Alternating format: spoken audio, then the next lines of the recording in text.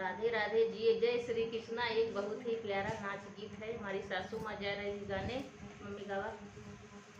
दिल से हमसे ना बोले हमारे पिया, दिल से हमसे ना बोले हमारे पिया।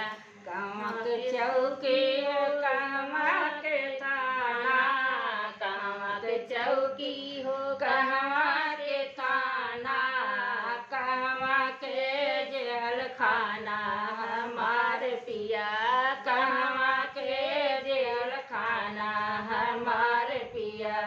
जौनपुर के चौकी बनारस के थाना, जौनपुर के चौकी बनारस के थाना, नैनी में जेल खाना हमारे पिया, नैनी में जेल खाना हमारे पिया।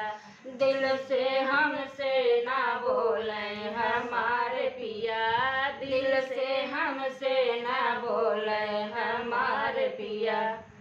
के बिना चौकी हो के बिना थाना, के बिना चौकी हो के बिना थाना, के बिना जेल खाना हमारे पिया, के बिना जेल खाना हमारे पिया।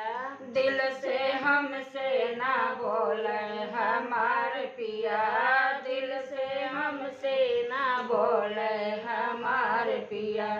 ससुर के चौकी, ससुर के चौकी हो जेठा के थाना, ससुर के चौकी हो जेठा के थाना, देवरा के जेल खाना हमारे पिया, देवरा के जेल खाना हमारे पिया।